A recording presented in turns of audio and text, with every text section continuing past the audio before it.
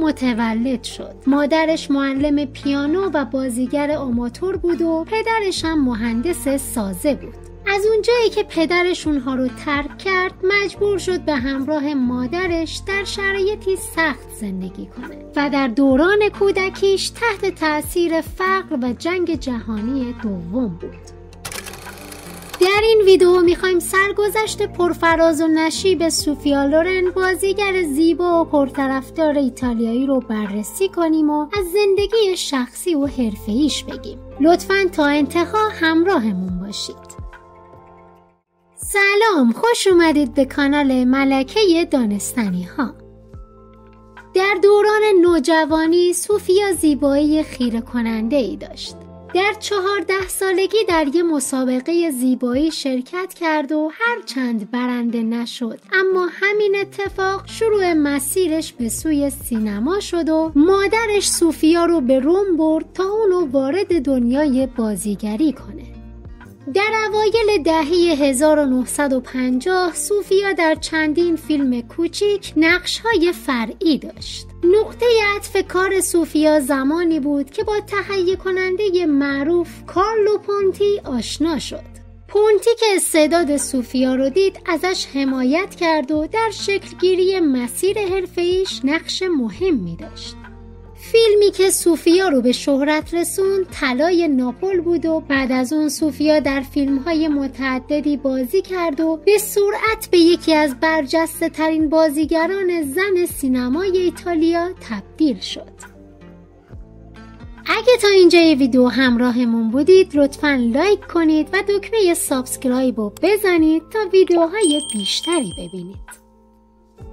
در اواخر دهه 1950 سوفیا لورن به هالیوود راه پیدا کرد و در کنار ستارگان بزرگ هالیوودی ایفای نقش کرد.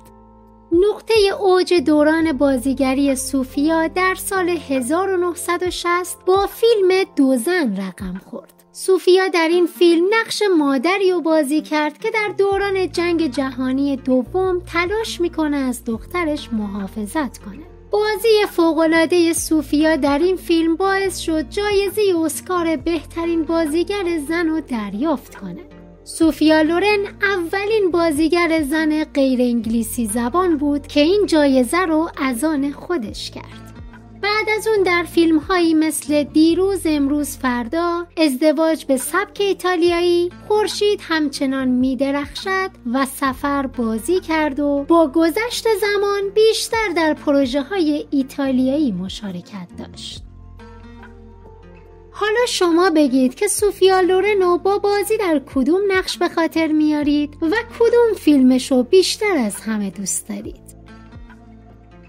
سوفیا لورن در سال 1957 با کارلو پونتی تهیه کننده مشهور ایتالیایی ازدواج کرد. این ازدواج در ابتدا به خاطر قوانین ایتالیا غیر قانونی اعلام شد، چرا که کارلو پونتی هنوز از همسر اولش طلاق نگرفته بود.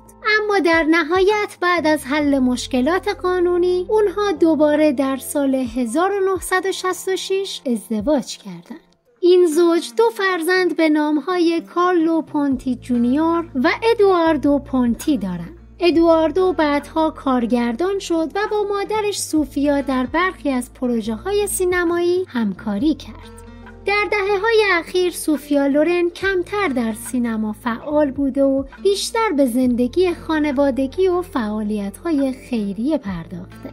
با این حال در سال 2020 در فیلم زندگی پیشرو به کارگردانی پسرش ادواردو پونتی بازی کرد که بازخوردهای مثبتی هم دریافت کرد. سوفیا لورن یکی از نمادهای سینمای ایتالیا و جهان محسوب میشه و به خاطر زیبایی، استعداد و شخصیت کاریزماتیک همچنان در یادها باقی مونده. اگه این ویدیو رو دوست داشتید لطفاً سابسکرایب کنید و بقیه ویدیوهای این کانال رو هم تماشا کنید.